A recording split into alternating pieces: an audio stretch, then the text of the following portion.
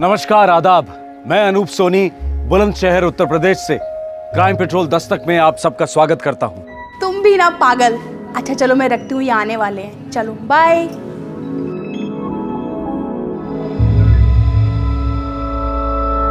मुझे नहीं पता था आप मेरे पीछे खड़े हो। और मुझे भी नहीं पता था कि मेरे पीठ पीछे ये सब हो रहा है। फिर से शुरू हो गया? तुम रुकने का नाम नहीं लेती। सहेली थी मेरी बचपन की। कोई यार भी हो सकता है, जवानी का। छी, हमारी शादी को 18 साल हो चुके हैं। बच्चों की माँ हूँ, आपकी पत्नी हूँ आपकी। लेकिन खुश नहीं हो मुझसे। गैर मर्दों के साथ हंस हंस कर बातें करती हो, न जाने क्या क्या करती हो, और मुझसे झूठ बोलती हो। क्या कमी है मुझमें? क्या कमी है? बोलो मुझे, बोलो क्या कमी है मुझमें? शक की बीमारी का कोई इलाज नहीं है। शक रिश्तों का कातिल है, ऐसा जहर जो एक शादी को धीरे धीरे कुरेद कुरेद कर जहन्नुम बना देता है। एक ऐसा कीटाणु जो एक बार पति या पत्नी के दिमाग में घुस जाए तो जीवन साथी की सारी आजादी छिन जाती है। किसी से महज मुस्कुराकर बात करना तक दुश्वार हो जाता है। और फिर अक्सर ऐसे जोड़े में से कोई एक हताश होकर जुर्म के दरवाजे पर दस्तक देता है। 31 जुलाई 2005 बुलंदशहर उत्तर प्रदेश, आज से 6 साल पहले।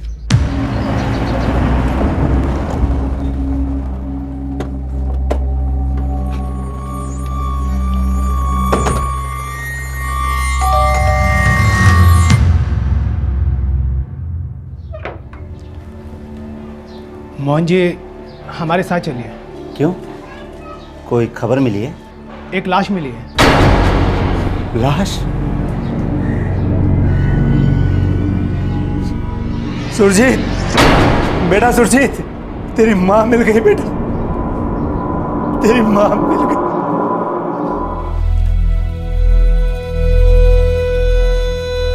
आर्निया के एक तालाब से मिली है लाश। पोस्टमार्टम की रिपोर्ट कहती है कि मौत कई दिन पहले हुई है। देखिए मोहन साहब, लाश काफी सड़ चुकी है। दिखाइए।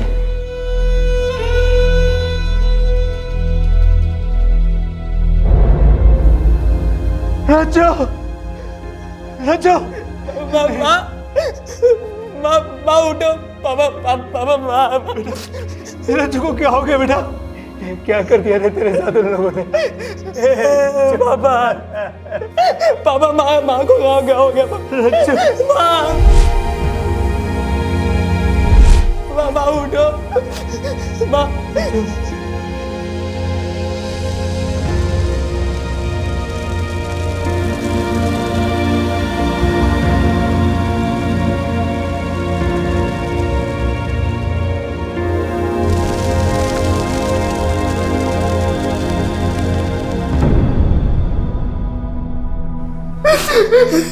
बस कर बेटा, बस कर। अरे तेरे रोने से तेरी माँ वापस थोड़ी ना आई। मोहन सिंह जी, हमें इन्फॉर्मेशन मिली है कि वो तीनों अपने अपने गांव में छुप कर बैठे हैं। हमने टीम्स भेजी हैं उन्हें अरेस्ट करने के लिए। एक टीम आप मेरी बीवी रज्जो को वापस लाने के लिए भेजिए ना। भेज सकते हैं आप, ला सकते हैं आप उसे वापस। देखिए मोहन सिंह जी, हमने काफी कोशिशें की थी, लेकिन क्या कोशिश की थी आपने? अरे 1 महीने से ऊपर हो गया मेरी बीवी को अगवा हुए, और अब जाके आपको पता चला है कि वो लोग कहाँ हैं, और वो भी सब कुछ हो जाने के बाद। मैं उन्हें छोड़ूंगा नहीं, कोर्ट जाऊंगा, उन तीनों को सजा दिला कर आऊंगा। मैं अपनी रज्जो को इंसाफ दिला कर आऊंगा। मैं 2005 की इस घटना के ठीक 1 महीना पहले पीडब्ल्यूडी इंजीनियर मोहन सिंह और उनका बेटा सुरजीत बुलंदशहर पुलिस स्टेशन आए थे दौड़े दौड़े एक कंप्लेंट दर्ज करवाने। उन्होंने पुलिस को बताया कि मोहन की पत्नी और सुरजीत की मां राजेंद्र उर्फ रज्जो किडनैप हुई है। इस किडनैपिंग के 2 चश्मदीद गवाह थे, खुद मोहन और सुरजीत। सर जल्दी चलिए सर। सर लोग मेरी बीवी रज्जो को उठा के ले गए सर। प्लीज जल्दी चलिए, कुछ कीजिए सर। कौन लोग उठा के ले गए? आप जानते हैं उन लोगों को? बहुत अच्छी तरीके से सर। सर वो तीनों कमीने मेरे पड़ोसी हैं सर। सर एक वो दुकानदार ओम प्रकाश, दूसरा सर वो किराएदार सर मास्टर है सर रविचंद्र, तीसरा सर हवलदार राजीव शुक्ला सर। हमारे डिपार्टमेंट का राजीव शुक्ला? हाँ सर, वही कमीना राजीव शुक्ला सर। सर उन लोगों को उठा लीजिए सर। सर मेरी बीवी को बचा लीजिए, मैं आपके आगे हाथ जोड़ता हूँ सर। कीजिए प्लीज सर, कुछ कीजिए ना प्लीज। लेकिन कहाँ से ले गए, कैसे ले गए? सर वो मैं आपको बताता हूँ। माँ रोज की तरह मंदिर गई थी सर, और मैं भी उनके साथ गया था।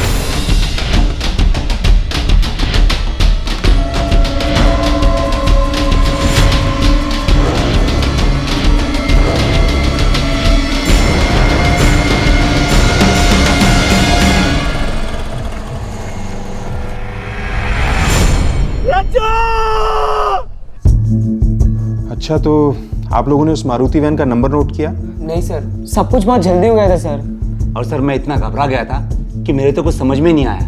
लेकिन हाँ सर, वो गाड़ी सफेद मारुति वैन ही थी, पक्का सफेद मारुति वैन थी। मैंने पीछा किया है सर उस गाड़ी का। आप बता रहे थे कि तीनों किडनैपर्स ने अपने मुंह गमछों से ढके थे। हाँ जी। फिर आप कैसे कह सकते हैं कि वो तीनों किडनैपर्स रविचंद्र, ओम प्रकाश और राजीव शुक्ला ही थे? सर ये तीनों के तीनों बहुत बुरे लोग हैं सर। सर वो लोग तो सिर्फ नाम के मेरे पड़ोसी हैं सर। असल में लोग गीदड़ के खाल में छिपे हुए भेड़िए हैं। एक अरसे से सर मेरी बीवी रज्जो पर इनकी गंदी नजर थी सर। और सर वो मास्टर रविचंद्र एक नंबर का कमीना आदमी है सर वो तो। थैंक यू रज्जो जी, आप बहुत अंडरस्टैंडिंग है। कोई बात नहीं मास्टर जी, अगर किसी चीज़ की ज़रूरत पड़े तो कहने में शर्माइएगा मत। जी जरूर।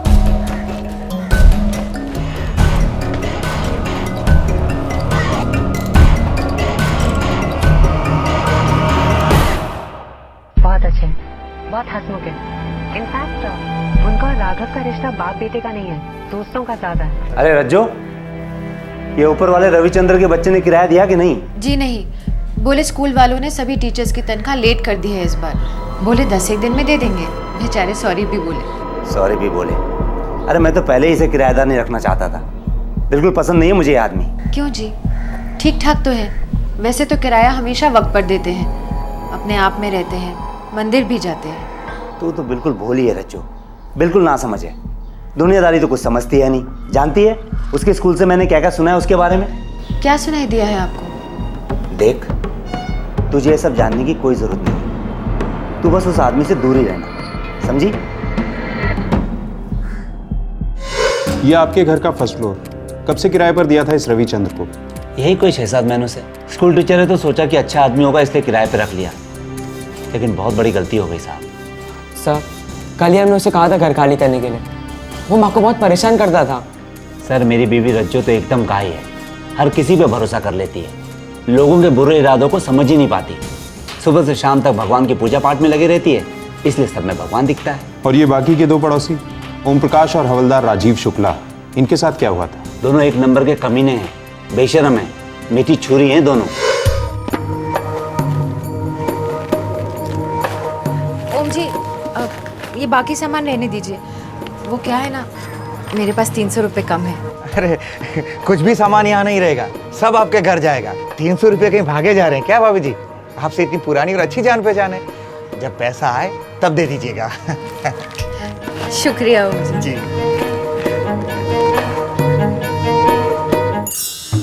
हो जाएगा तो बहुत मेहरबानी होगी राजीव जी।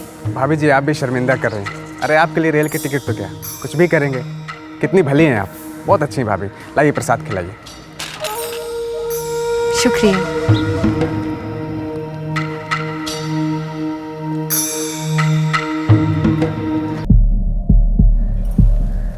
रज्जो, ये हवलदार राजीव शुक्ला, ये तो कभी किसी का काम करता नहीं, फिर तुम्हारे लिए ट्रेन का टिकट क्यों लेकर आया? क्योंकि मैं उनकी पड़ोसी हूँ। माँ मैंने कहा था ना मैं ले आऊँगा। आप हमेशा दूसरों से काम क्यों करवाती है? और वो दुकानदार ओम प्रकाश, वो तो कभी किसी को 1 रुपये का उधार देता नहीं है, फिर तुम्हारे साथ महीने भर का खाता खोलने की बात क्यों करता है? क्योंकि वो जानते हैं कि मैं कहीं भागने वाली नहीं हूँ। लेकिन वो लोग तुम्हारे पीछे भाग रहे हैं, ये बात तुम कब समझोगी रज्जो? माँ एक नंबरी लिच्चड़ आदमी ओम प्रकाश, और वो हवलदार वो भी कुछ कम नहीं है।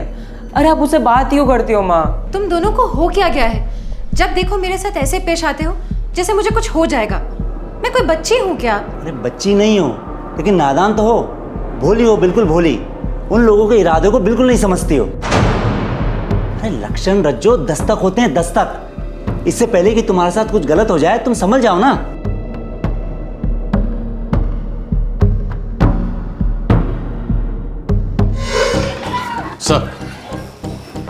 सर हवलदार राजीव शुक्ला अरनिया पुलिस स्टेशन में पोस्टेड है। फोन लगाओ रनिया थाने, बात करनी है हवलदार से। बात क्या करनी है इंस्पेक्टर साहब? जल्दी कुछ कीजिए, उन तीनों के चुंगल से मेरी बीवी को बचाइए, वरना कुछ भी कर सकते हैं, कुछ भी। हेलो, अरनिया थाना। बुलंदशहर थाने से पीएसआई गजेंद्र सिंह बोल रहा हूँ। सलाम सर, कांस्टेबल आजम खान बोल रहा हूँ। कांस्टेबल राजीव शुक्ला है ड्यूटी पर? नहीं सर, वो आज ड्यूटी पर नहीं है। छुट्टी पर है? नहीं सर, ऐसा कुछ भी नहीं बोले, बस आज आए नहीं है। पता नहीं क्यों उनका मोबाइल भी ऑफ है। मोबाइल ऑफ है? रविचंद्र जी मैथ्स पढ़ाते हैं यहाँ पर। बात क्या है इंस्पेक्टर? आज छुट्टी क्यों ली है उन्होंने? छुट्टी ली कहाँ, बस आए ही नहीं है। आज 4 ज़रूरी क्लासेस शेड्यूल थी उनकी, ना फ़ोन ना कुछ, मोबाइल भी स्विच ऑफ। वैसे बात क्या है इंस्पेक्टर? कुछ बताकर नहीं गए, बोले कि तुम दुकान संभालो। ओम प्रकाश जी का मोबाइल क्यों स्विच ऑफ है? वो ही जाने, वो कभी बताते नहीं और मैं कभी पूछती नहीं। अपनी मर्जी के मालिक हैं वो।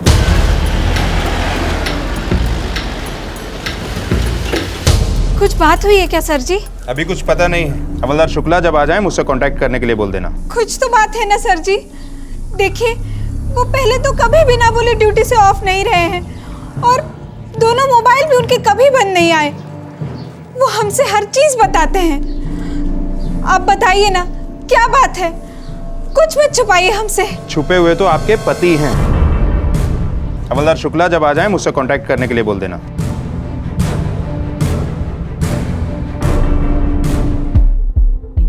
सर वो तीनों काम पर नहीं आए हैं और उनके मोबाइल भी स्विच ऑफ हैं। गजेंद्र, तीनों गायब हैं। सर मुझे लगता है मोहन सिंह का शक सच हो सकता है। पता लगाओ तीनों के और कोई घर वर तो नहीं है।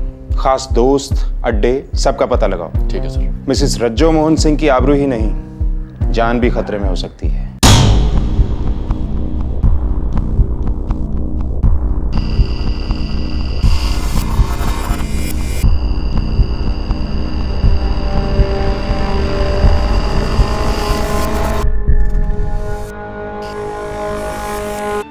चौबीस घंटे बीत चुके हैं और आप ये बताने आए हैं कि आपके पास मेरी बीवी रज्जो की कोई खबर नहीं है। देखिए, हमने आसपास के पुलिस थानों को भी शामिल किया है। रज्जो जी की फोटोग्राफ्स भी सर्कुलेट हुई और सारे चेक नाके सफेद मारुति वैन पे नजर रखे हुए हैं। लेकिन कोई तो खबर होगी मेरी बीवी रज्जो की। एक खबर है। क्या? जिन 3 पड़ोसियों के नाम आपने लिए थे, स्कूल टीचर रविचंद्र, किराने वाला ओम प्रकाश और हवलदार राजीव शुक्ला, ये तीनों के तीनों गायब हैं। ये खबर है? अरे ये वो हकीकत है जो मैं पहले ही आपको बता चुका हूं। अरे उन तीनों ने ही मेरी बीवी का अपहरण किया है और 24 घंटे बीत चुके हैं। इंस्पेक्टर साहब, 24 घंटे! अरे इतने समय में तो किसी भी औरत के साथ कुछ भी हो सकता है। मेरे बारे में तो सोचिए, मेरे लड़के पे क्या बीत रही होगी। आपके घर में भी तो औरतें होंगी ना इंस्पेक्टर साहब। गजेंद्र, उन तीनों के गांव में टीम्स भेजी थी, कोई खबर? उन्नाव, रहीमपुर, सोना गांव, तीनों जगह से हमारी टीम खाली हाथ वापस आई है। वो तीनों अपने गांव में तो पक्का नहीं है सर। कहीं ना कहीं तो जरूर होंगे गजेंद्र। हमारे खबरियों को एक्टिवेट करो, हवलदार राजीव शुक्ला के खबरियों को भी इकट्ठा करो। लानत है कि हमारे डिपार्टमेंट का कोई शामिल है इस घिनौनी हरकत में। यार, जब पुलिस वाला शामिल है तो दूसरे पुलिस वाले काहे पंगा लेंगे? सब अपनी अपनी बिरादरी को बचाने में लगे हुए हैं। अरे तो हमारी पीडब्ल्यूडी की बिरादरी भी कोई छोटी मोटी नहीं है। मोहन सर, आप सीधे बड़े साहब को एक नोट भेजिए तुरंत। हाँ साहब, बिल्कुल भेज दीजिए। वो तो मैं कब का भेज चुका हूँ। बड़े साहब सीधा कलेक्टर साहब से बात करेंगे ना, तभी कोई पत्ता हिलेगा। मैं तो अभी कहता हूँ पुलिस वालों भरोसा मत करो। यार भरोसा तो मेरी पत्नी रज्जो ने किया था उन तीनों कुत्तों पर। देखा कैसे काट खाए। मैंने उसे कितनी बार कहा था, उन लोगों से मिलना जुलना खतरे से खाली नहीं। मैंने उसे समझाया था, उनसे बात मत करना, उनकी तरफ देखना भी नहीं, लेकिन वो मानी नहीं। सारा बुलंदशहर हिल गया था। एक सरकारी अफसर की पत्नी किडनैप हुई थी और 1 महीने से उसकी कोई खबर नहीं थी। तीनों नामजद स्कूल टीचर रविचंद्र, दुकानदार ओम प्रकाश और हवलदार राजीव शुक्ला भी 1 महीने से गायब थे। उनका कोई नामो निशान नहीं मिल रहा था। 4 परिवार निराशा की गिरफ्त में थे और पुलिस फोर्स बिल्कुल बौखलाई हुई। बुलंदशहर पुलिस पर सरकारी डिपार्टमेंट का प्रेशर था। 24 घंटे निगरानी रखी जा रही थी, लेकिन तीनों नामजदों की कोई खबर नहीं थी, मानो वो हवा हो चुके थे। ये तो लेने के देने पड़ गए। मैंने तो पहले ही कहा था, हमें भागना नहीं चाहिए था, यहीं रुक जाना चाहिए था। अरे नाना, और मुश्किल होती, डिपार्टमेंट वाले चमड़ी उधेड़ लेते हमारी। तो अब क्या करें? मास्टर जी तुम ही कुछ करो भाई, पानी सर के ऊपर चढ़ता जा रहा है यार। मुझसे मत पूछो हवलदार साहब, तुम ही कुछ सोचो। इस चीज़ के बारे में तुमसे अच्छा कौन जान सकता है। मुझे तो लगता है कि 2-4 दिन हमें ऐसे तैसे और काट लेने चाहिए, उसके बाद अपने अपने घर को चुपचाप चले जाते। अपने अपने घर को? तो फिर हम आखिर भागे क्यों? और जवाब क्या देंगे रज्जो जी के बारे में? हाँ?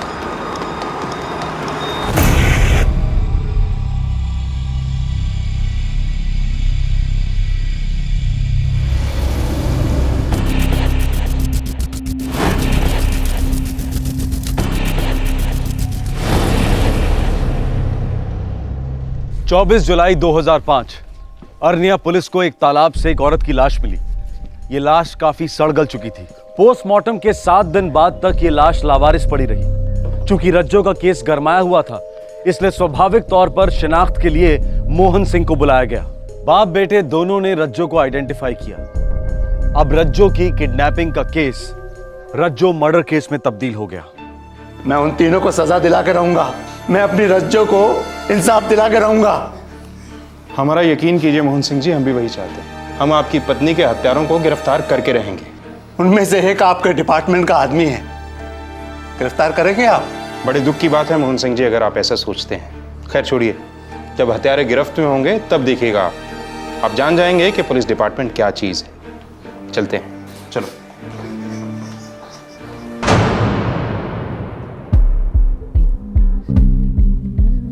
Thank you sir. Thank you sir. Gajendra, 7 दिनों का नोटिस पीरियड दे दो। 8वें दिन तीनों को भगौड़े करार कर दो। 7 दिनों के अंदर अंदर सरेंडर नहीं करें तो तीनों की प्रॉपर्टीज जब्त कर लो। जी सर।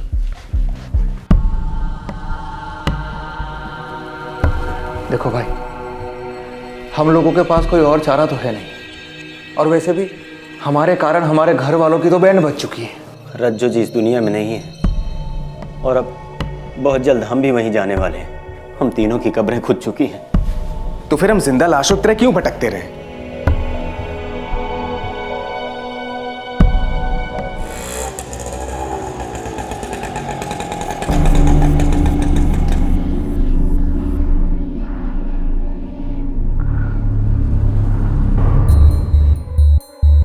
सर, हम कई दिनों से सरेंडर करने की सोच रहे थे, बस बहुत डरे हुए थे। सर जी, मास्टर जी बिल्कुल ठीक कह रहे हैं। हमको बहुत डर था कि मोहन सिंह इसमें जरूर हमको फंसाएगा। सर, हमें मालूम है कि हम इस मामले में पूरी तरह से फंस चुके हैं, लेकिन हमारा यकीन कीजिए सर, हम तीनों बेकसूर हैं सर। भाई हवलदार राजीव शुक्ला, तुमने अपने साथीदारों को बताया नहीं कि पुलिस झूठे बेकसूरों के नकाब चेहरे समेत उखेड़ती है?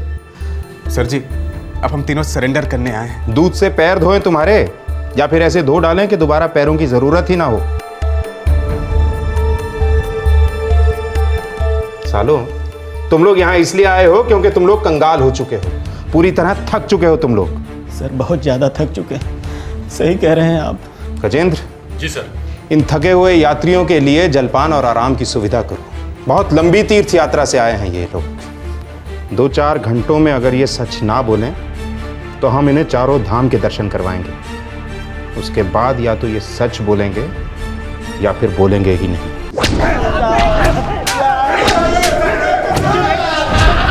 साले, मास्टर होके ऐसी करता है? हमारा यकीन कीजिए साहब, हम इसलिए भाग गए थे क्योंकि हमें पता चला कि रज्जो जी का किडनैप हो गया है और वो पागल मोहन सिंह हमारा नाम लेने जा रहा था। साहब, भगवान की कसम, इस किडनैपिंग के बारे में हम लोग को कुछ भी मालूम नहीं था। हमारा कोई हाथ नहीं था इसमें। तुम तीनों की उस औरत पे नजर थी। एक अधेड़ उम्र की शादीशुदा औरत को तुम तीनों ने मिलकर बर्बाद किया। पुलिस की पूछताछ पूरे 4 दिन तक चली। 3rd डिग्री के इस्तेमाल के बावजूद तीनों आरोपी एक ही सुर में गा रहे थे, एक ही बात दोहरा रहे थे कि वो बेकसूर है। ये कोई क्रिमिनल रिकॉर्ड वाले छटे हुए हिस्ट्री शीटर्स नहीं थे जो पुलिस की मार के आदी थे। एक स्कूल टीचर था, एक दुकानदार था और एक खुद पुलिस वाला। अब सवाल यह था कि अगर ये तीनों झूठ नहीं बोल रहे थे तो फिर सच क्या था? सर, कोर्ट ने उन तीनों की कस्टडी बढ़ा दी है 1 हफ्ते के लिए। मुझे डाउट है कि इससे कुछ फायदा हो, और हैरानी की बात यह है कि इतनी पिटाई के बाद भी तीनों मुंह नहीं खोल रहे हैं। सर, शायद उनके मुंह में कुछ हो ही ना। शायद मोहन सिंह के पेट में कुछ हो। मेरी पत्नी रज्जो मर चुकी है इंस्पेक्टर साहब। अब और क्या जानकारी चाहिए आपको? 4 दिनों तक उन तीनों को लगातार पिटाया हमने। बड़े बड़े क्रिमिनल्स भी 2 दिन तक नहीं टिक पाते। अब आप उन तीनों के साथ क्या कर रहे हैं ये तो मैं देखने आया नहीं। अरे इसकी मां मरी है, मेरी पत्नी मरी है, 18 साल की शादी थी हमारी, इस घर की इज्जत थी वो, लक्ष्मी सरस्वती सब कुछ। और सबसे बड़ी बात, अभी तक ये पता नहीं चल पाया है कि उन तीनों ने उसे मारने से पहले उसके साथ क्या क्या किया था। फिर भी अगर आपसे नहीं होता है ना तो आप उन तीनों को मेरे और मेरे बेटे के हवाले कर दीजिए। हम सच उगलवाएंगे उनसे, चाहे जितना भी वक्त लग जाए। मिस्टर रविचंद्र और हवलदार राजीव शुक्ला के बेल के कागजात। और ओम प्रकाश? उनकी जमानत नहीं। क्यों? ये तो आप कोर्ट से जाके पूछिए। फिलहाल मेरे ये 2 क्लाइंट्स और 1 दिन भी जेल में नहीं होने चाहिए। वैसे भी काफी टॉर्चर किया आपने उनका। वकील साहब, साइकिल चोरी के केस में अंदर नहीं हुए हैं ये तीनों। केस क्या है, किसने क्या किया है, ये तो वक्त आने पर कोर्ट में डिसाइड होगा। इंस्पेक्टर, मेरे क्लाइंट्स प्लीज। गजेंद्र। जी सर।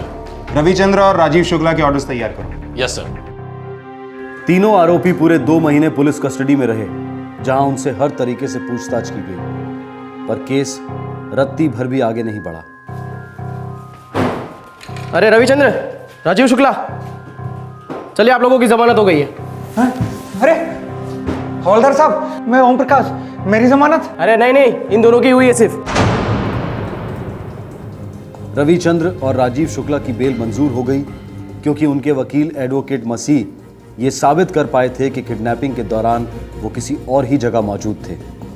दुकानदार ओम प्रकाश के लिए की गई आर्ग्यूमेंट से कोर्ट संतुष्ट नहीं था और उसकी बेल रिजेक्ट हो गई। सर, मेरी बीवी के 2 हत्यारों को बेल हो गई है।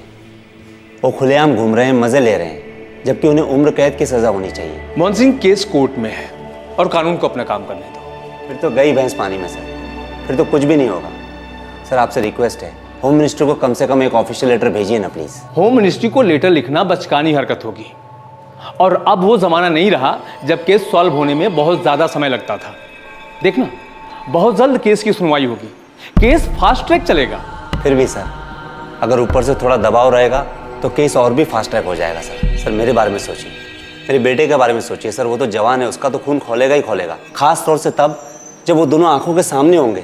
मोहन सिंह, मुझसे जो भी बन पड़ेगा मैं करूंगा, तुम कानून पे भरोसा रखो। देखो, तुम लोगों का केस मैंने लिया है, इसलिए तुम लोगों को इंसाफ दिलाना मेरा काम है, और अगर तुमने जुर्म किया भी है तो तुम्हें कम से कम सजा दिलाना मेरा फर्ज।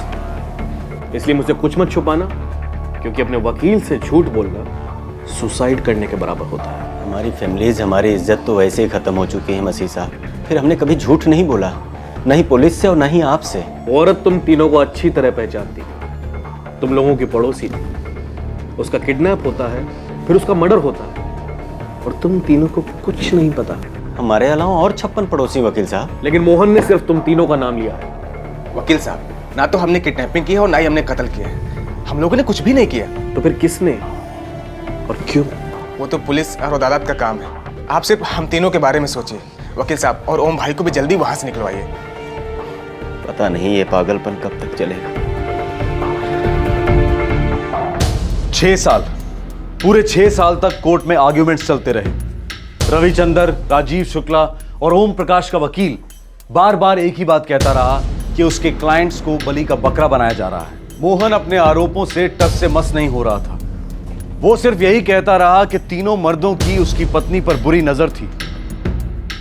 ओम प्रकाश 6 साल जेल में कैद रहा, जबकि उसके साथी आरोपी रविचंद्र और राजीव शुक्ला को बराबर बेल मिलती रही। आखिरकार 2011 में यह केस अपने सर के बल उलट गया।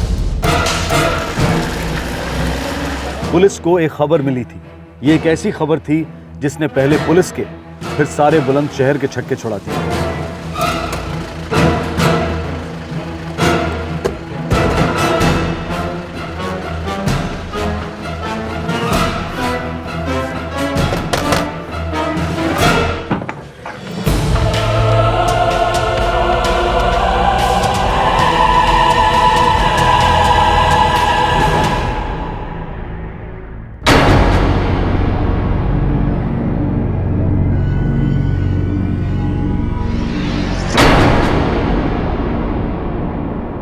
6 साल बाद बुलंदशहर पुलिस के सामने एक औरत खड़ी थी जो ये कह रही थी कि वो रज्जो है, वही रज्जो जो अगवा की गई थी, वही रज्जो जिसकी मौत हो चुकी है। क्या ये वाकई मोहन सिंह की बीवी थी? और अगर थी तो फिर अपहरण किसका हुआ था और लाश किसकी मिली थी? 2005 के पेचीदा केस की गांठें अब जाकर 2011 में खुलने लगी। मोहन सिंह जी, हम कर करा के और कर क्या सकते हैं? कानून ने रविचंद्र और राजीव शुक्ला को बेल दी है। वैसे वो अभी तक शक और कानून के दायरे से बाहर नहीं है। लेकिन आप कानून के रखवाले तो है ना इंस्पेक्टर साहब, आप उन दोनों के खिलाफ और सबूत इकट्ठा क्यों नहीं करते? सर जी, 6 साल में जो बन पाया है हमने किया है। नहीं किया है इंस्पेक्टर साहब, मेरी बीवी को मारकर नहर में फेंक दिया गया और अभी तक आप ये पता नहीं लगा पाए कि उसको मारने से पहले उसके साथ क्या क्या किया गया था। आपको अभी तक मर्डर वेपन नहीं मिला है, आपको वो सफेद रंग की मारुति वैन नहीं मिली है जिसमें मेरी बीवी को अगवा किया गया था। 6 साल बहुत होते हैं इंस्पेक्टर साहब इन सारी चीजों को ढूंढने के लिए, और छुपाने के लिए भी बहुत होते हैं मिस्टर मोहन सिंह। 6 साल काफी लंबे होते हैं। बात 5-6 साल की नहीं है।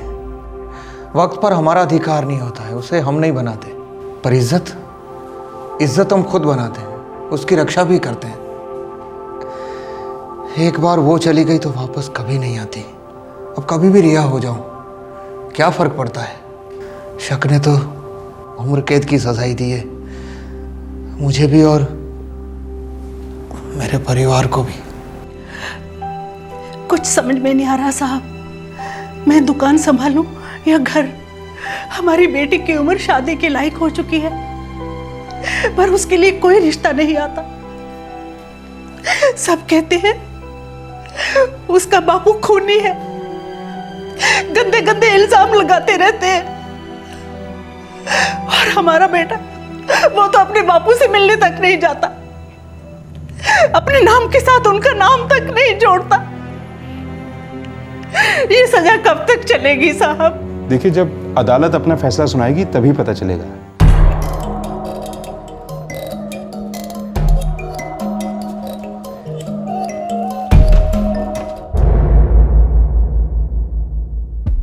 एडवोकेट मसीह, रविचंद्र, आप लोग जो कह रहे हैं वो नामुमकिन है। मुझे भी ऐसे ही लगा था सर, लेकिन ये सच है। 1 साल पहले ही मुझे शक हो गया था कि इस केस की सच्चाइयां कुछ और हैं, इसलिए हमने अपनी खुद की तहकीकात शुरू कर दी।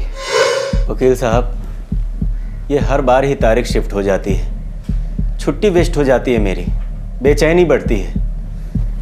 कब अपना नाम क्लियर कर पाऊंगा पूरी तरह? रवि, अब जो कुछ करना है हमें खुद करना होगा। क्या मतलब वकील साहब? मतलब ये कि कोर्ट जब तक पुलिस को आगे इन्वेस्टिगेशन करने के लिए नहीं कहती, तब तक पुलिस कुछ नहीं करेगी। कोर्ट में हजारों केस चल रहे हैं, मगर तुम्हारे पास जिंदगी सिर्फ एक है। तो हम क्या कर सकते हैं वकील साहब? खुद पुलिस बन के इन्वेस्टिगेशन कर सकते हैं। रवि, ये जो औरत रज्जो है, उसके अतीत के बारे में तुम मुझे कुछ बता सकते हो? उसका कोई पुराना दुख, कोई दर्द, कोई गुजरा हुआ हादसा? वकील साहब, वो तो हमेशा मुस्कुराती रहती थी, मदद करने में हमेशा आगे। बस एक बार आंखों में आंसू देखे थे उसके। हाँ भैया, सुनाइए। अच्छा, अरे ये तो बहुत अच्छी खबर है। लड़की कहाँ की है? लड़की बिहाना गांव की है। नहीं नहीं भैया, मैं नहीं जानता हूँ बिहाना गांव के बारे में। अच्छा भैया, रखता हूँ, पाए लागू। मास्टर जी। जी रज्जू जी। वो आप अभी बिहाना गांव के बारे में बात कर रहे थे ना? अरे हाँ, मेरे भतीजे की शादी तय हुई है, लड़की बिहाना की है। आप जानती है बिहाना गांव को? मेरा मायका है बिहाना। अरे वाह, कैसा है ये गांव? बड़ा है क्या? अभी कैसा है पता नहीं। क्या हुआ रज्जू जी? कुछ नहीं, कुछ नहीं। मतलब रज्जो एक अरसे से अपने मायके नहीं गई थी? हाँ, हो सकता है। चलो हम चलते हैं। फिर आप दोनों बिहाना गए, क्या पता चला वहां से? एक दूसरे ही गांव का पता मिला। क्या मतलब? बिहाना गांव के लिए रज्जो जी मर चुकी थी। अगर कोई 7 साल तक गायब रहे तो आपका कानून भी उसे मरा हुआ घोषित कर देता है। मेरी बहन 23 साल पहले इस घर से ब्याह कर गई थी, तब से दोबारा उसने इस घर में एक बार भी कदम नहीं रखा।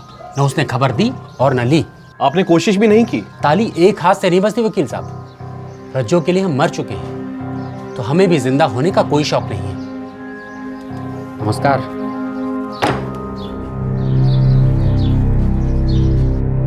अब ये आप क्या कह रही हैं? हाँ जी, मैंने सारी बातें सुनी। अब मेरी सुनो, ये जो रज्जो है ना, उसको तो शादी करनी नहीं थी, जबरदस्ती ब्याह दी गई। शादी क्यों नहीं करना चाहती? एक स्कूल का मास्टर था विक्रम सिंह, उसके साथ इसकी मंगनी हो गई थी, लेकिन पता नहीं क्या हो गया, मंगनी टूट गई। उसके बाद तो समझो ये जोगन बनने चली थी रज्जो। माँ जी, ये विक्रम सिंह कहाँ पढ़ाता था? बोला तो स्कूल में। नहीं, किस स्कूल में? अब मैं क्या जानूं, स्कूल से मेरा क्या लेना देना। हमें लगा शायद कोई लेना देना हो, 1% चांस तो हो सकता है। स्कूल कैसे ढूंढा आप लोगों ने? 6 महीने तक अलग अलग जिलों के स्कूलों के रिकॉर्ड्स की खाक छान मारी हमने। पिछले 38 सालों में हमारे स्कूल में जितने भी अध्यापक रह चुके हैं उन सबके नाम इस रजिस्टर में हैं, और यहाँ भी। विक्रम सिंह क्या पढ़ाते थे मालूम नहीं? एक भूगोल विक्रम सिंह थे जो इस दुनिया में नहीं रहे बेचारे, और एक खड़ूस विक्रम सिंह थे जो इस दुनिया में रहते हुए भी ना रहे जैसे हैं। क्या मतलब? मतलब अपने आप में खोए रहते हैं। ऐसे खामोश अध्यापक सारे जिले में ना मिले हैं। अभी कहाँ मिलेंगे? अरे वही मंदिर के पास वाली गली में तो रहते हैं। क्या बताऊं सर, रिटायरमेंट के करीब पहुंच चुके हैं और हनुमान जी की उपासना छोड़कर कामदेव जी के भक्त बने बैठे हैं। क्या मतलब? अरे वही के बस 5 साल पहले तो उन्होंने शादी की है।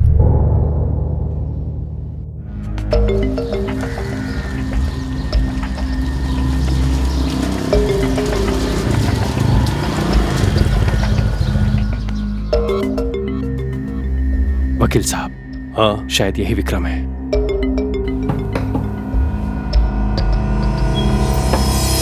अरे आप आ गए? रज्जो जी?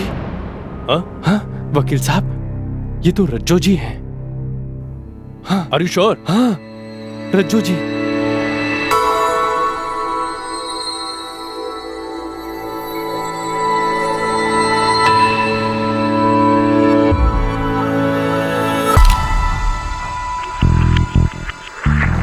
शक्ल तो मिलती है सर, दोनों एक ही शक्लें हैं और रज्जो जी ही हैं। भारत नगर है गांव का नाम। मैंने आसपास वालों से पूछा था, सबने यही कहा कि 6 साल पहले शादी करके लाया था उसे, एग्जैक्टली उसी टाइम जिस वक्त रज्जो यहाँ बुलंदशहर से गायब हुई थी, और बाद में पता नहीं किसी की लाश मिलती है। इंस्पेक्टर, ये बहुत बड़ी साजिश है। और कुछ एडवोकेट मसीह? इंस्पेक्टर साहब, ये बहुत कुछ है, और मैं किसी अच्छी खबर की उम्मीद करता हूँ। ये खबर जब तक हम लोग चेक नहीं कर लेते, आप दोनों अपने पास ही रखें। खबर तो पक्की है इंस्पेक्टर साहब, और अगर आप एक्शन ले रहे हैं तो हमें किसी को बताने की क्या जरूरत है। इजाजत दीजिए। जी नमस्कार।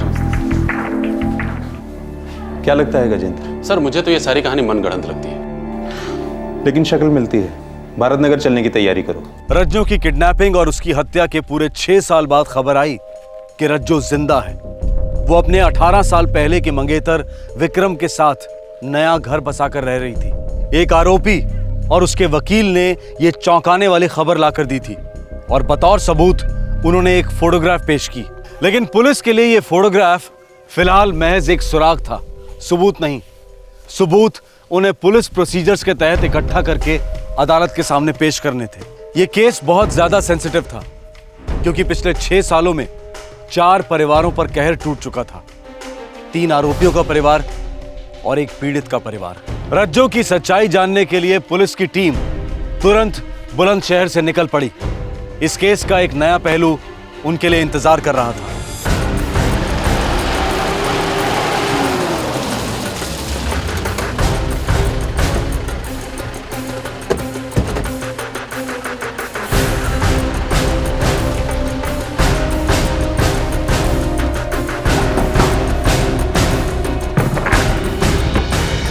जी? आपका नाम? जी मैं रज्जू। आप शादीशुदा हैं? जी हाँ। पति का नाम? विक्रम सिंह। विक्रम। क्या बात है इंस्पेक्टर, क्या हुआ? जी जी यही है मेरे पति विक्रम सिंह। जी आप लोगों को हमारे साथ बुलंदशहर चलना होगा, बाकी बातें रास्ते में करेंगे। चलिए।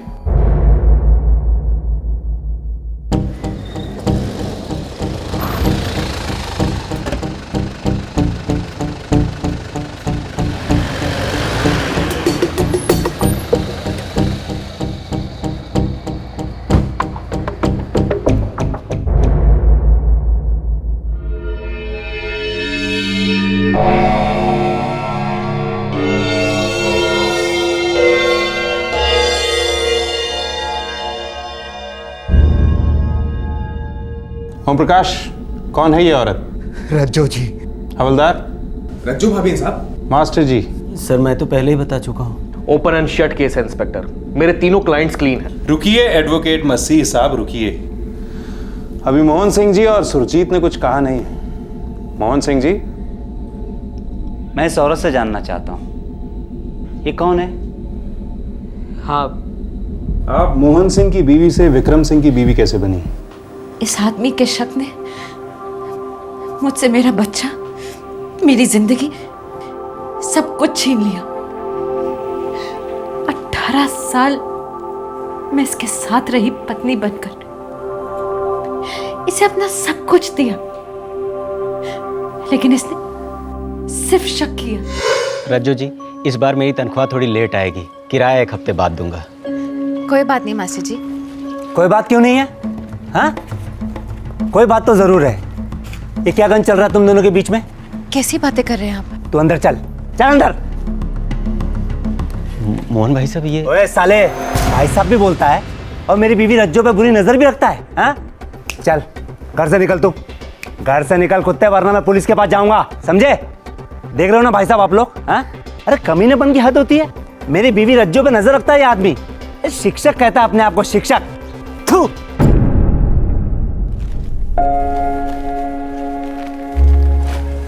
ओम जी, अब ये बाकी सामान रहने दीजिए, मेरे पास 300 रुपए कम है। पैसे कम है तो क्या हुआ, कहीं भागे जा रहे हैं क्या? शुक्रिया ओम जी। पैसे तो कहीं भागे नहीं जा रहे हैं, लेकिन तू भागने का प्लान बना रहा है मेरी बीवी के साथ, हैं?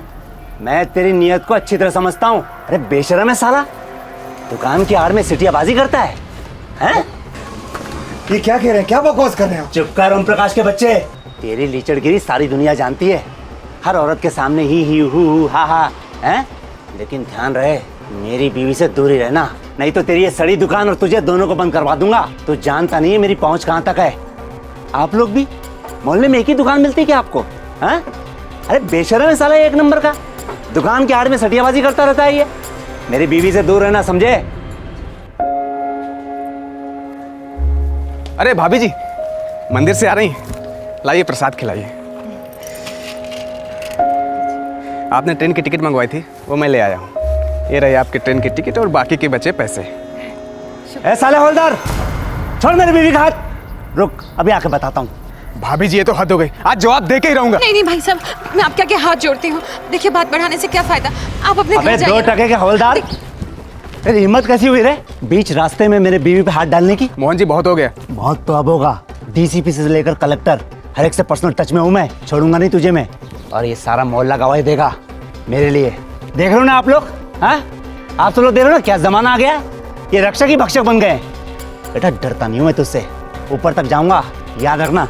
चल जो, चल, नौटंकी लगा रखी है इधर। ये तीनों अच्छे लोग हैं, हमेशा मेरी मदद करते, शरीफ लोग, घर बार वाले लोग। इनको सबके सामने जलील होना पड़ा, इनके कारण मुझे शर्मिंदगी महसूस होती, माफी मांग नहीं सकती। ये फिर गलत समझ बैठे तो एक औरत के लिए कितनी बुरी बात है।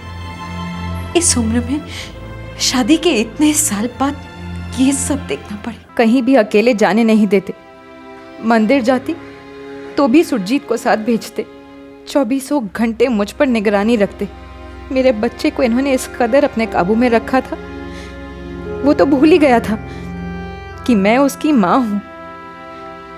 मैं सारा दर्द पीकर इन दोनों की पूरे दिल से देखभाल करती, मुस्कुराते हुए ताने सुनती। लेकिन एक रात तो हद हो गई। पापा, कल दोपहर को मम्मी किसी से फ़ोन पे बात कर रही थी, जैसे ही मैं आया तो तुरंत फ़ोन काट दिया। बकवास मत कर सुरजीत, वो मैं अपनी सहेली से फ़ोन पे बात कर रही थी। वही था ना, शादी से पहले वाला स्कूल मास्टर जिससे तेरा चक्कर चल रहा था, जिसकी झूठन को तेरे बाप ने मेरे गले से बांध दिया। बस भी कीजिए, बच्चे के सामने कितनी गंदी बात कर रहे हैं। सुरजीत, तुम अंदर जाओ। सुरजीत कहीं नहीं जाएगा, तो यहीं रुक बेटा। तुझे जानना जरूरी है कि तेरी माँ कौन है और कैसी है। बता, शादी से पहले तूने क्या क्या गुल खिलाए थे? किसे फोन करती है? किसे फोन करती है? नहीं समझ में आता तेरे? बोलो नहीं समझ में आता है? कितनी बार मार खाएगी? किसी को नहीं, मैं अपनी सहेली से बात कर रही थी। वो स्कूल मास्टर सहेला। रोको ना अपने पापा को, रोको ना इन्हें। रोकू? मैं रोकू? मेरा तो दिल करता है कि मैं भी आपको मारूं। सुना बेटे ने क्या कहा? हैं? बता किसको फोन कर रही थी? बता किसे फोन कर रही थी? हैं? मोहल्ले वालों के साथ भी गुलछर्रे उड़ाती है? किन किन लोगों के साथ तेरा चक्कर है? बता। शादी के तुरंत बाद इन्होंने मेरे घर वालों से सारे रिश्ते नाते तोड़वा दिए। जब बाबा गए तब भी जाने नहीं दिया। पूरे 18 साल किसी से मिलने नहीं दिया। और फिर उस रात जैसा लगा जैसे मेरा बच्चा, मेरा सुरजीत भी मुझसे अलग हो गया है। उस रात मेरे अंदर कुछ टूट गया और मैंने वो घर छोड़ दिया। मैं भगवान को साक्षी मानकर इस शादी को तोड़ रही हूं। मुझे ढूंढने की कोशिश मत कीजिए, मेरा अब आपसे कोई नाता नहीं। सुरजीत बेटा खुश रहो। भगवान से प्रार्थना करती हूँ कि किसी दिन तुम्हें सच और झूठ के बीच का फर्क पता चले। मैं रहूं ना रहूं, मेरी दुआएं तुम्हारे साथ हैं।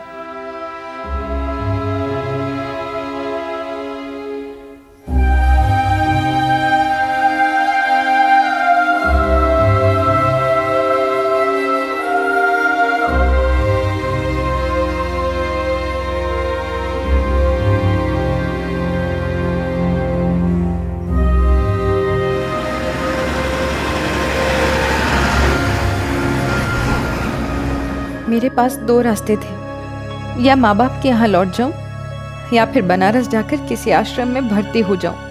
लेकिन भगवान ने तीसरे रास्ते को मेरी ओर भेजा।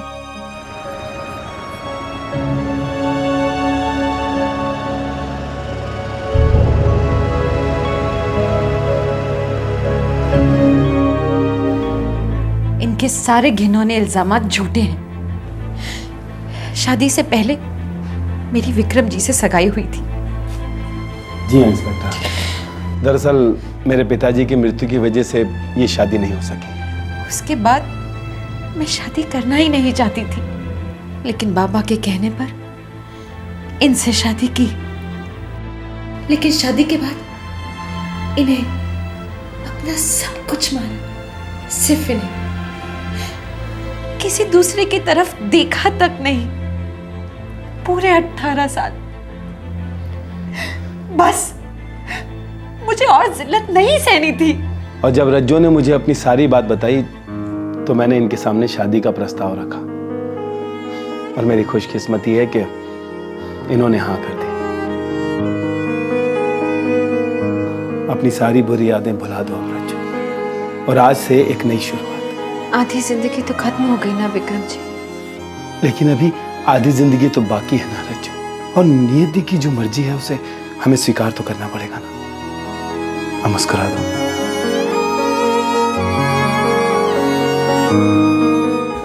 उस दिन के बाद से मैंने आज तक पीछे मुड़कर नहीं देखा। मुझे आज जाकर पता चला है कि मेरे जाने के बाद ये सब हुआ है, लेकिन मैं चौंकी नहीं। इनसे और उम्मीद की भी क्या जा सकती है। लेकिन अगर मुझे पहले भनक होती तो मैं पहले ही इनका पर्दाफाश कर देती। कम से कम इन 3 भले लोगों की जिंदगी तो खराब नहीं होती। इस बयान ने तीनों आरोपियों को भी ताकत दी अपनी बेगुनाही की आवाज बुलंद करने के लिए। एक बहुत अहम सवाल का जवाब सामने आया, आखिरकार ये तीनों आरोपी फरार क्यों हुए थे? पूरे गांव में खबर फैल गई थी कि रज्जो जी अगवा हो गई हैं। हमने सुना कि मोहन सिंह हमारे खिलाफ शिकायत दर्ज करने जा रहा है। इस पागल आदमी ने तो हमारा पल्ला वैसे ही कमजोर कर रखा था। पूरे मोहल्ले के सामने हमें बेइज्जत कर चुका था ये। देख रहे हो ना आप लोग? हाँ, आप सब लोग देख रहे हो ना क्या जमाना आ गया है? ये रक्षक ही भक्षक बन गए। मेरी बीवी रज्जो पर नजर है इस आदमी की। अरे यह आदमी अपने आप को शिक्षक कहता है। आइंदा से सामान वामान लेने नहीं आई हो यहाँ। पहुंच मत जाना घर पे। हम बहुत ज्यादा डर गए थे। हम बहुत सीधे साधे लोग हैं साहब, कोई पहुंच नहीं, पहचान नहीं। मैं तो पुलिस फोर्स में होने के बावजूद इतना डर गया। इन दोनों का तब बुरा हाल था। हमने सोचा जब तक राजू भाभी नहीं वापस मिलती तब तक हमारा छुपे रहना ही बेहतर है। क्या दिन देखने पड़ रहे हैं हवलदार भाई। जिंदगी में किसी का कोई नुकसान नहीं किया, सबसे दोस्ती, कोई बैर नहीं, फिर भी। मैं तो बच्चों को सच्चाई और नेकी का पाठ पढ़ाता हूँ, उस पर अमल भी करता हूँ। मैं मोहल्ले में सर उठा के चलता हूँ, और मैं ही क्यों, आप सभी भी तो चलते हैं। लेकिन अगर पुलिस हमें गिरफ्तार करके घसीट के घर से ले गई तो मोहल्ले में कितनी थू-थू होगी। पुलिस मार मार के खाल खींच लेती है लॉकअप में। अरे यार, हम अपने घर लौट भी पाएंगे क्या कभी? ऊपर वाले पे भरोसा रखें। चलो अभी चलते हैं। शिकायत दर्ज हो चुकी है और वारंट भी हमारे खिलाफ निकल चुका है।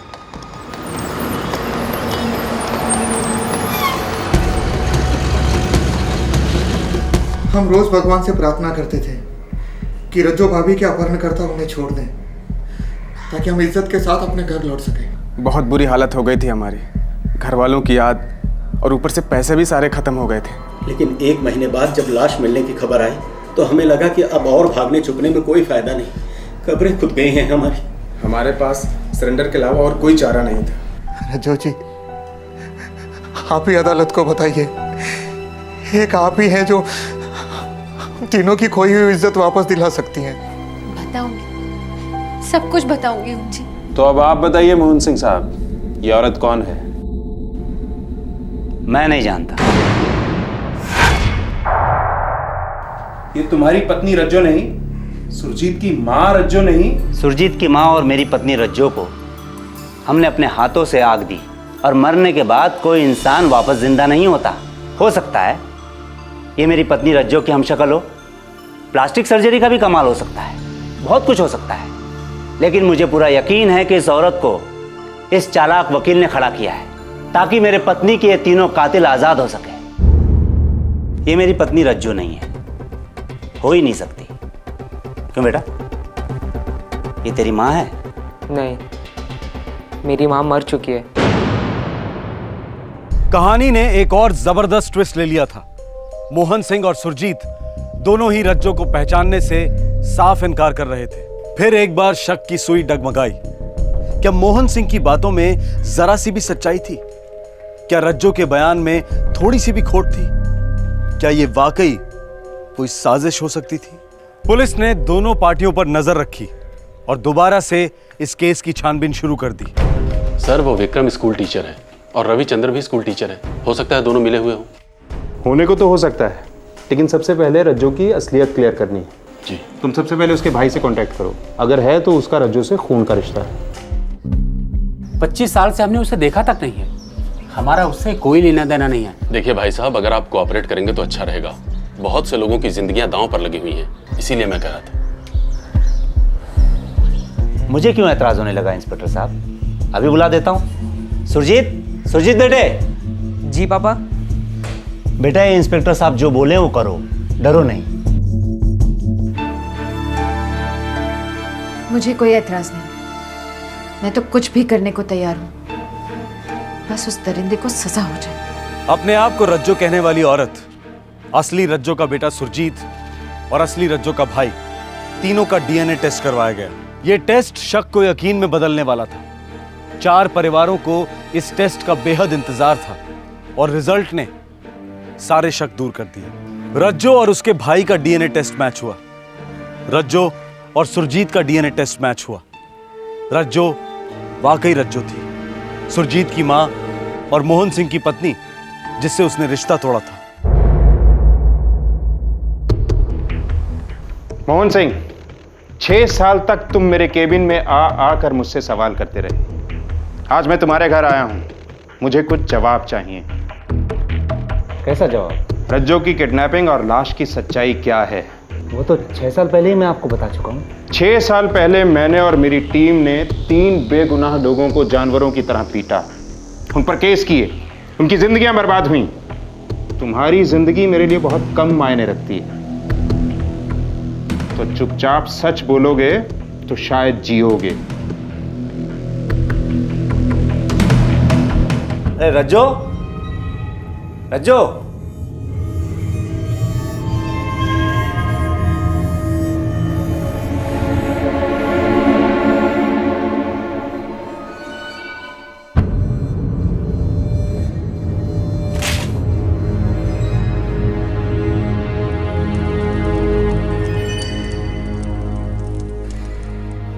सुरजीत बेटे,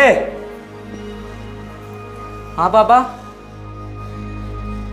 मेरा शक सही निकला बेटा, भाग गई वो उल्टा। तेरी माँ तुझे मुझे हम दोनों को छोड़कर भाग गई। भाग गई बेटा। नहीं नहीं पापा, ऐसा नहीं हो सकता पापा, वो अभी नहीं जा सकती पापा, नहीं ऐसा नहीं है। रो मत बेटा, बेटा आज से तेरा बाप तेरी माँ मैं खुद हूँ बेटा। बेटा मैं जैसे बोलूंगा वैसे ही करते जाना, करेगा ना बेटा? जैसा कहोगे वैसा ही करूँगा पापा। फिर मैंने पूरी झूठी कहानी बनाई किडनैपिंग की और आपके पास आकर एक झूठी रिपोर्ट लिखवाई। मैंने अपने बेटे सुरजीत को अपनी तरफ कर लिया था और मुझे पूरा यकीन था कि वो हमेशा मेरा साथ देगा। उन तीनों के नाम ही क्यों लिए, किसी और के क्यों नहीं? क्योंकि वो तीनों मुझे सबसे ज्यादा खटकते थे। मेरी बीवी उनसे सबसे ज्यादा घुल मिलकर बातें किया करती थी।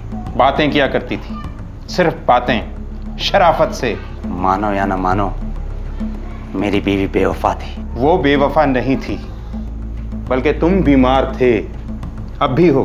शक की बीमारी से ही मरोगे तुम। लावारिश लाश की शिनाख्त में तुमने उसे रज्जो कहकर क्यों पहचाना? क्योंकि मैं जानता था मेरी बीवी रज्जो कभी वापस नहीं आएगी। मोहन जी, एक लाश मिली है, आपको शिनाख्त के लिए बुलाया। हे भगवान। सर मैं आपको बता दूं, लाश बहुत बुरी हालत में है। लाश को पहचान पाना बहुत मुश्किल है। अपनों को तो किसी भी हालत में पहचाना जा सकता है। आप एक मिनट रुकिए, मैं अपने बेटे को साथ ले चलता हूँ।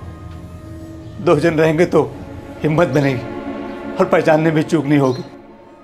सुरजीत, बेटा सुरजीत।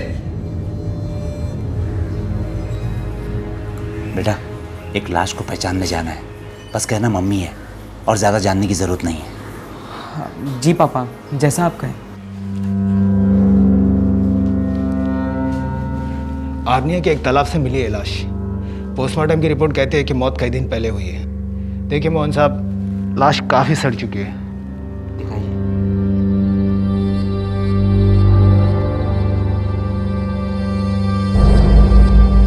रज्जो, रज्जो, क्या कर दिया था तेरे साथ उन लोगों ने? पापा। उन तीनों कमीनों पर मर्डर और किडनैपिंग का चार्ज लगाकर मैं आधी लड़ाई तो वैसे ही जीत चुका था। ऊपर से उन तीनों बेवकूफ़ों का भागना मेरा काम आसान कर गया। मर्डर का केस बनते ही उनके टेंटवे दब चुके थे, हमेशा हमेशा के लिए। हमेशा हमेशा के लिए तो बस एक ही चीज रहेगी, तुम्हारे शक की बीमारी, जो तुम बखूबी अपने बेटे को भी दे चुके हो। मुबारक हो, जश्न जेल में ही मनाना, पूरी उम्र पड़ी है।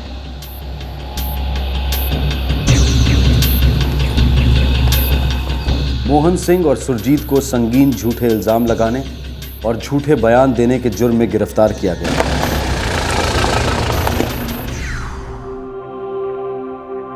दोनों पर मुकदमे चलेंगे और 10 साल की सजा होने की संभावना है।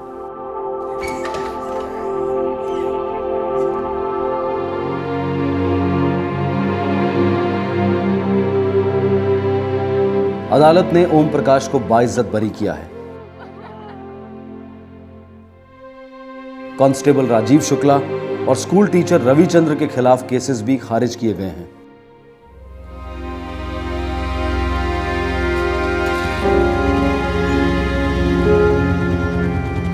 रज्जो विक्रम के साथ खुश तो है, पर अपने बेटे की याद और बुरे दिनों के सपने उसे आए दिन डिस्टर्ब करते रहते हैं। शक का शिकार जिंदगी भर तड़पता है। कल और आज 2 भागों में दिखाई गई ये दास्तान शक की कहानी वाकई एक अद्भुत केस है। किसी ने किसी की जान नहीं ली, लेकिन शक ने कितनी सारी जिंदगियां बर्बाद कर दी। मर्द और औरत के रिश्ते के बीच में जब शक का वायरस दाखिल होता है तो वो एक दस्तक होती है कि सिर्फ रिश्ते ही नहीं बल्कि रिश्तेदार भी खतरे में हैं। क्राइम पेट्रोल दस्तक लगातार आपके लिए जुर्म की कहानियां लेकर आता रहेगा। हमारा मकसद है जुर्म से लड़ना, उसे कम करना, और उसके लिए सबसे ज्यादा जरूरी है उसे समझना। आपसे फिर होगी मुलाकात, तब तक अपना ख्याल रखें, सुरक्षित रहें। जय हिंद। इस तरह के और भी एपिसोड देखने के लिए हमारे चैनल को सब्सक्राइब करें और बेल आइकन दबाना ना भूलें।